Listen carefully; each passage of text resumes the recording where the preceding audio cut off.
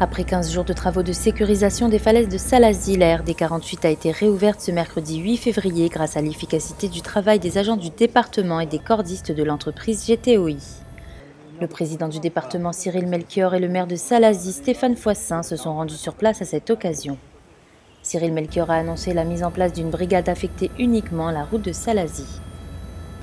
Nous avons décidé de faire en sorte qu'à Salazie, il y ait une brigade d'agents du service des routes du département qui soit mobilisée et affectée au territoire de Salazie. Nous avons la route départementale qui va vers Grand-Tillette et celle qui se dirige vers Elbourg.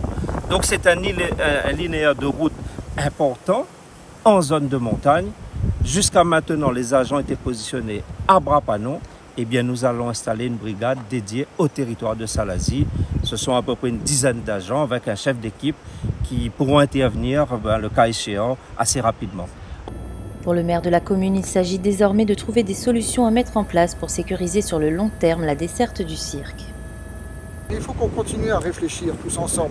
Et le président du conseil départemental l'a annoncé aujourd'hui, de voir quelle est la possibilité d'avoir un nouveau tracé pour cette route. On est en capacité de faire des routes sur la mer, on est en capacité de faire des routes, de faire le basculement d'eau d'est en ouest. On est donc capable de faire des routes sécurisées. Plusieurs solutions sont envisagées par le service des routes du département.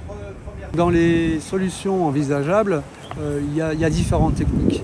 Il y a à la fois de la sécurisation passive sur des techniques très localisées, comme on fait régulièrement, c'est-à-dire qu'on peut y avoir du grillage plaqué, des écrans dynamiques, des gabions, des écrans mixtes. On a tout un panel de solutions plus adaptées par rapport à la situation très précise à sécuriser.